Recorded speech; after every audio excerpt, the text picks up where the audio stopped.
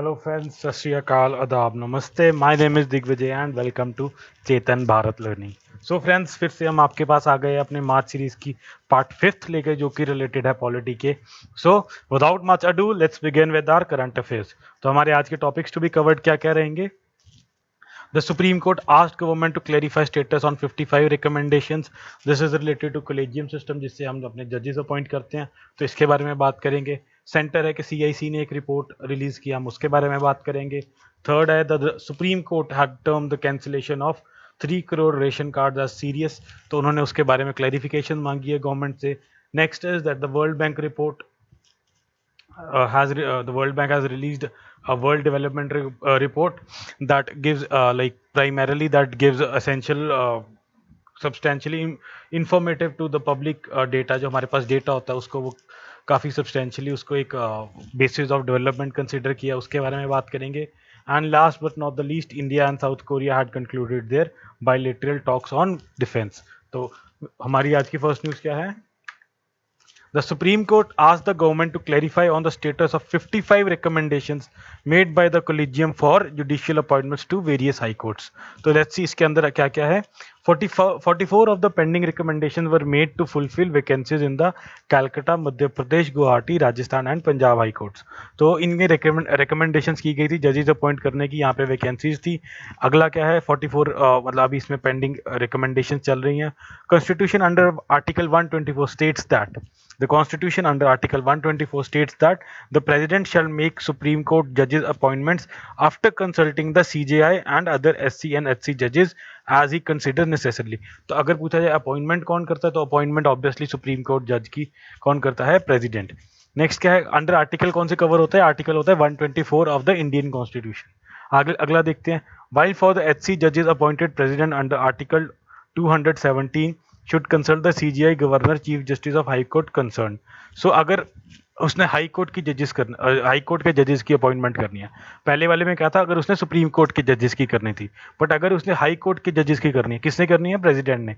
तो वो किसको कंसल्ट करेगा? वो करेगा चीफ जस्टिस ऑफ इंडिया को, जिस स्टेट का वो हाई कोर्ट है उसके गवर्नर को, और उस जो हाई कोर्ट का chief justice of high court है उससे कंसल्ट करके वो हाई कोर्ट का जज अपॉइंट करेगा. और ये कौन से आर्टिकल के अंडर कवर होता है? ये होता है article 217 of the Indian constitution. तो लेट्स सी, जो हम कोलिजियम सिस्टम की बात कर रहे थे, कोलिजियम सिस्टम होता क्या है? ठीक है, it is a system where a committee of chief justice of India, 4 senior judges of the Supreme Court and 3 members of High Court in case of appointments of the said High Court takes decision related to the appointments and transfer of judges in the Supreme Court and High Courts. तो basically क्या है कि इसमें जो decision होता है कि किसको जज बनाया जाए, किसको जज अपॉइंट किया जाए, ये डिसीजन कौन लेता है? ये जो चीफ जस्टिस ऑफ इंडिया, जो supreme chief justice of India है, वो लेता है इन कंसल्टेशन विद 4 जजेस ऑफ सुप्रीम कोर्ट. तो ये लोग मिलकर डिसाइड करते हैं कि किस जज को हमने अपॉइंट करना है. बट अगर वो एक स्टेट का है, ठीक है, वो किसी स्टेट से रिलेटेड है, ठीक है, सपोज पंजाब का है, तो 3 members of a high court. ठीक है, तो इसमें क्या है, जो Punjab and Haryana high court है उसके भी 3 मेंबर जो होंगे, जजेस होंगे, उसको कंसल्ट करेगा.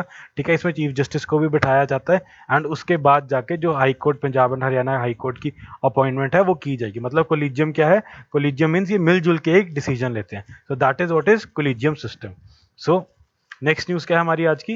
नेक्स्ट न्यूज़ है सेंट्रल इंफॉर्मेशन कमीशन, ठीक है, जिसको हम CIC भी कहते हैं. ठीक है, उसने एक रिपोर्ट रिलीज किया, उसके बारे में देखते हैं.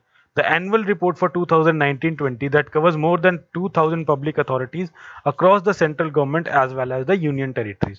इसमें क्या है कि जो भी इंडिया की जो गवर्नमेंट पब्लिक अथॉरिटीज़ हैं, ठीक है, पब्लिक बेसिकली मीन्स जो गवर्नमेंट अथॉरिटीज़ हैं, ठीक है, इन्होंने उसको कवर किया है कि जो हम आपने पढ़ा होगा कि हम RTI एक्ट में इंफॉर्मेशन मांगते हैं और बाकी चीज़ें हैं, तो उस रिलेटेड इन्होंने ये रिपोर्ट निकाली है और इन्होंने कुछ ऑब्जर्वेशन अपनी बताई हैं. तो इन्होंने क्या कहा है? The progressive reduction in rejection, मतलब रिजेक्शंस बढ़ी हैं, द रिजेक्शंस कम हुई हैं, sorry. The rejection rate of applications of RTI fell to 4.3% from 8.4% in 2014-15, which is the lowest rejection percentage observed since its inception. ठीक है। तो जो सेंट्रल इंफॉर्मेशन कमीशन है, जब से ये स्टार्ट हुआ है, इसने क्या कहा है कि आज तक जो 2019 और 20 की रिपोर्ट आई है, तो इसमें जस्ट ओवरऑल रिजेक्शन रेट है वो सबसे कम है सिंस द टाइम जो CIC has been formed.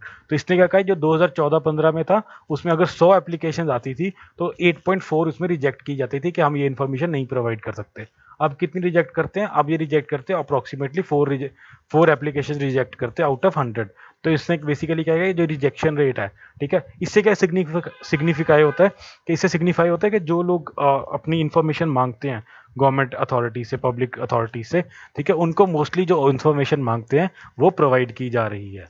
Next देखते हैं, there are disparity in rejection rate across ministries while the rejection rate fell from 20.2% in 2014-15 to 12.48% for the ministry of finance in 2019-20। तो basically क्या है, इसने क्या कहा है, जो मिनिस्ट्री ऑफ फाइनेंस है उसमें रिजेक्शन रेट जहां पहले 100 में से 20 एप्लीकेशन रिजेक्ट की जाती थी, अब उसमें 100 में से अप्रॉक्सीमेटली 12 एप्लीकेशन रिजेक्ट की जा रही है। मतलब कि वो लोग जो इन्फॉर्मेशन प्रोवाइड कर रहे हैं उन्होंने अपनी इन्फॉर्मेशन प्रोवाइड करने का जो रेट है उसको हाई कर दिया रादर देन के एप्लीकेशन रिजेक्ट करने का ही। ऑन द वाइस वर्सा क्या है, जो मिनिस्ट्री ऑफ होम अफेयर्स है, ये पहले 13.9% इनका रिजेक्शन रेट था, जो कि 1920 में बढ़ के 20.46% हो गया है। ठीक है फ्रेंड्स। नेक्स्ट क्या है, the agriculture ministries rejection rate has almost doubled. तो पहले क्या कर रहे थे, पहले ये 2% रिजेक्शन कर रहे थे, मतलब 100 में से 2 एप्लीकेशन रिजेक्ट कर रहे थे, और अब कितनी कर रहे हैं, अब ये कर रहे हैं 4, मतलब कि इनका रेट जो है डबल हो गया। इंक्रीज तो इतना सिग्निफिकेंट नहीं है, बट बिकॉज पहले 2% था अब 4 है, तो ऑलमोस्ट इन्होंने डबल ही कर दिया रिजेक्शन रेट। आगे देखते हैं, increase in rejection under others category. ठीक है, about 39% of this rejection did not include any valid reason and they did not invoke and one of the permissible exemption clauses in the RTI Act. This is an increase from 33% seen in the previous year. तो पहले क्या था कि पिछले साल क्या था, पिछले साल 33% अदर्स जैसे ऑप्शन होती है ना, कि ये रीजन है कि कॉन्फिडेंशियल है या threats the security of the nation, ऐसे वेरियस ऑप्शन होती हैं, तो इन्होंने वो रीजन नहीं दिया, इन्होंने रीजन ये दिया जो अदर्स रीजन होते हैं। ठीक है, अदर्स के कारण जो टर्मिनेशन थी पिछले साल थी वो 33%, बट इस साल कितनी हो गया, वो हो गया 39%। ठीक है, of the permissible grounds for rejection, section 81J saw the highest use.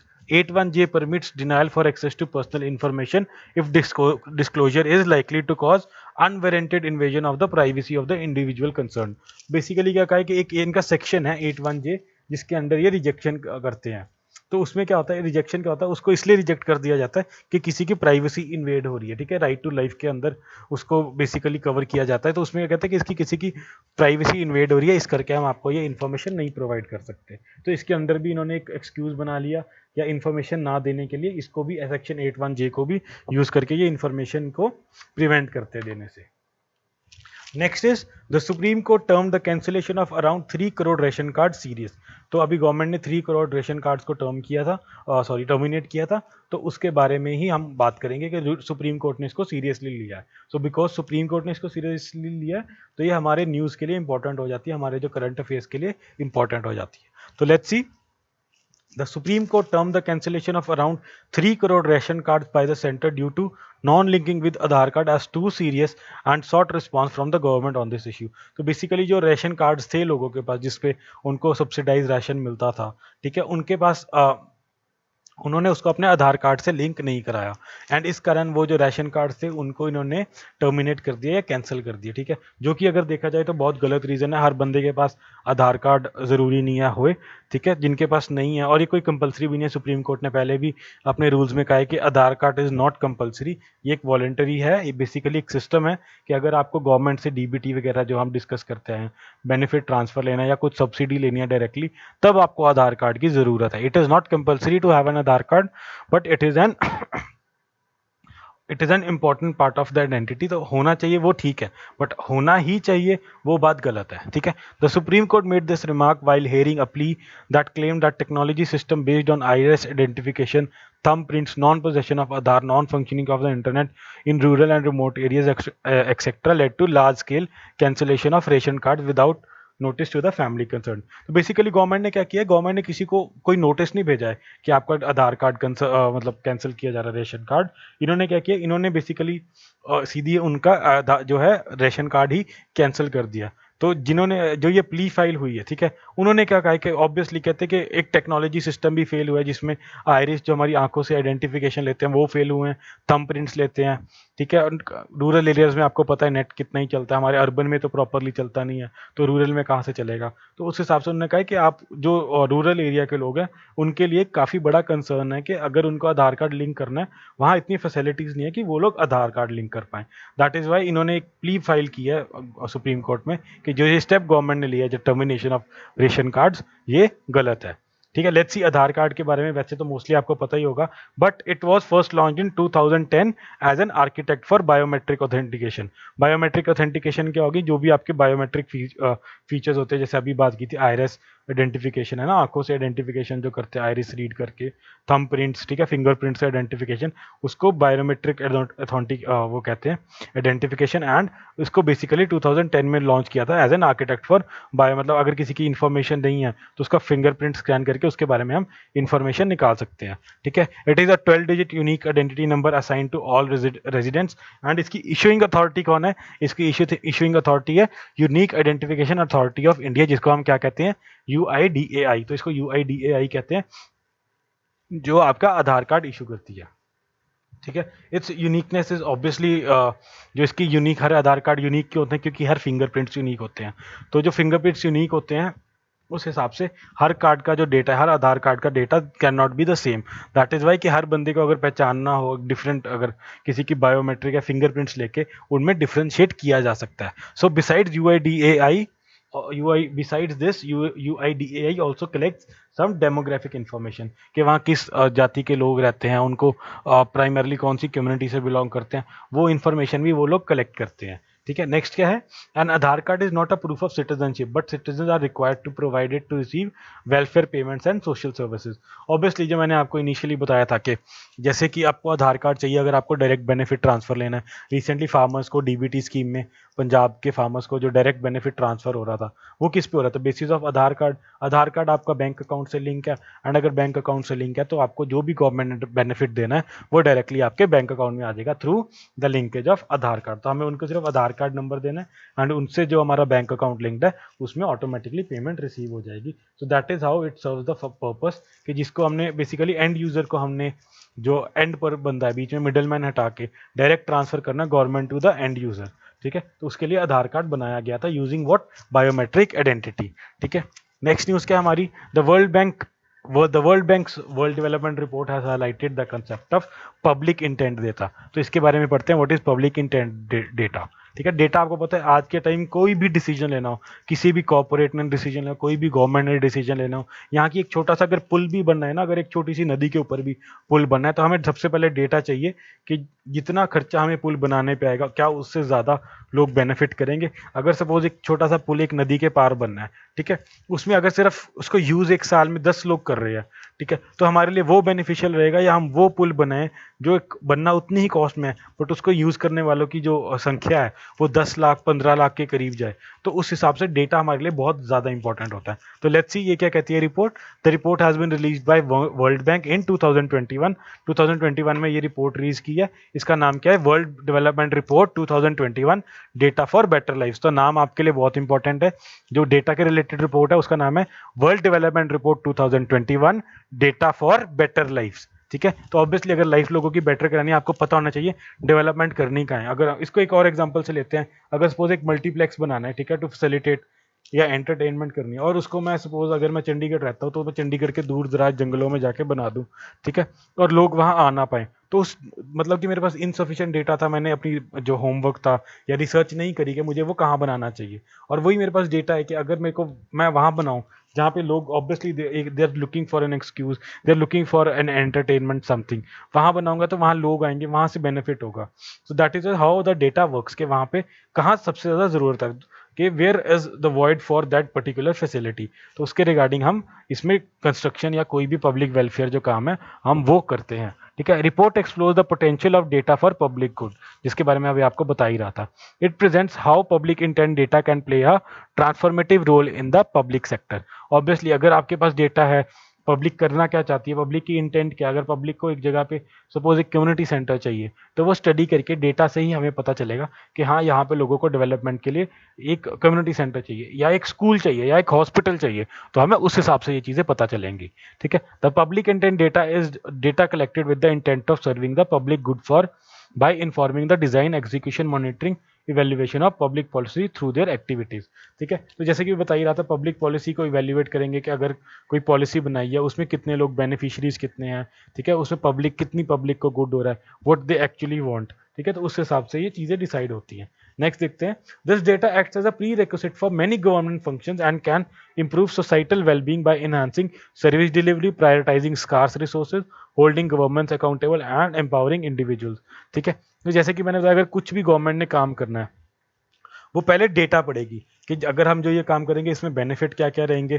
ठीक है, अगर बेनिफिट रहेंगे तो ही वो चीज़ें, जो कुछ भी पॉलिसी करनी है गवर्नमेंट ने, ठीक है, कोई भी चीज़ बनानी है, कुछ भी सर्विस डिलीवर करनी है, ठीक है, कोई भी स्कीम लेके आनी है जिससे के डेवलपमेंट हो, तो वो पहले डेटा पड़ेगी, उसके बाद वो स्कीम लेके आएगी। सो आपके लिए इसमें सबसे ज़्यादा इंपॉर्टेंट क्या है, इसमें सबसे ज़्यादा इंपॉर्टेंट है इस रिपोर्ट का नाम, world development report 2021 data for better life. तो ये नाम प्लीज़ आप याद कर लीजिएगा। Next is, India and South Korea concluded their bilateral talks on defence cooperation. तो इंडिया और साउथ कोरिया के बीच में बातचीत हुई थी related to which field, related to defence. So India and South Korea have agreed to go for a joint production and export of military hardware and enhance intelligence sharing and boost cooperation in cyber and space domains as part of overall expansion of defense and security ties। तो हमारे south Korea के साथ relation ठीक है ना। अब आपने मुझे कमेंट बॉक्स में क्या करना है, साउथ कोरिया का जो प्रेसिडेंट है उनका नाम बताना है एंड साउथ कोरिया की कैपिटल का नाम बताना है एंड साउथ कोरिया की करेंसी का नाम। ठीक है, तो एक छोटा सा एक एफर्ट अपनी तरफ से आपने डालना है। बहुत लोग कमेंट करते हैं, ठीक है, तो प्लीज अपना कमेंट कीजिए। अगर आप एक इंडिविजुअल भी हैं, कुछ भी, आप प्लीज अपना जरूर एक कमेंट ड्रॉप कीजिएगा। ठीक है, सो बेसिकली हमने क्या किया है, हमने इंडिया और साउथ कोरिया के साथ in the domain of defence हमने एक उनके साथ एक बायलैटरल टॉक्स की हैं। उससे क्या है, हमारे पास किन किन फील्ड में कि हम उनका अपना मिलिट्री हार्डवेयर करेंगे, हम दोनों इंटेलिजेंस शेयर करेंगे। अगर सपोज कोई, हमें पता है कि अगर साउथ कोरिया में कोई इवेंट होने वाला है या टेररिस्ट एक्टिविटीज होने वाली है, ठीक है, तो हम उनको वो बताएंगे कि भी आपके यहाँ हमारी कोई इंटेलिजेंस सही है कि ये टेररिस्ट एक्टिविटीज होने वाली है, आप प्लीज इसका प्रिकॉशन ले लें। ठीक है, स्पेस डोमेन्स हो गए, साइबर सिक्योरिटी होगी, कोई हैकिंग का इवेंट हो रहा है, कुछ हो रहा है, उसमें हम दोनों कंट्रीज एक दूसरे के साथ इंफॉर्मेशन शेयर करेंगे। South Korea also express interest in India's 2 defence corridors. तो साउथ कोरिया ने भी अपना ऑब्वियसली इंटरेस्ट दिखाया इंडिया के डिफेंस कॉरिडोर्स में। And government is working on setting up 2 defence industrial corridors, one in Uttar Pradesh, another in Tamil Nadu. तो ये जो 2 डिफेंस कॉरिडोर्स की बात हो रही थी, इसमें एक तो हमारा सेटल हो रहा है उत्तर प्रदेश में, एक तो हम वहां बना रहे हैं, एंड सेकंड कहाँ बना रहे हैं, तमिलनाडु में, with N M to ensure connectivity among various defence industrial units. तो ऑब्वियसली इंडिया का हमने लास्ट टाइम भी हमारे न्यूज़ में कवर किया था कि इंडिया अब जो है प्राइमरली ये अपने आत्मनिर्भर भारत के अंदर इंडिया में ही डिफेंस इक्विपमेंट्स बना रही है।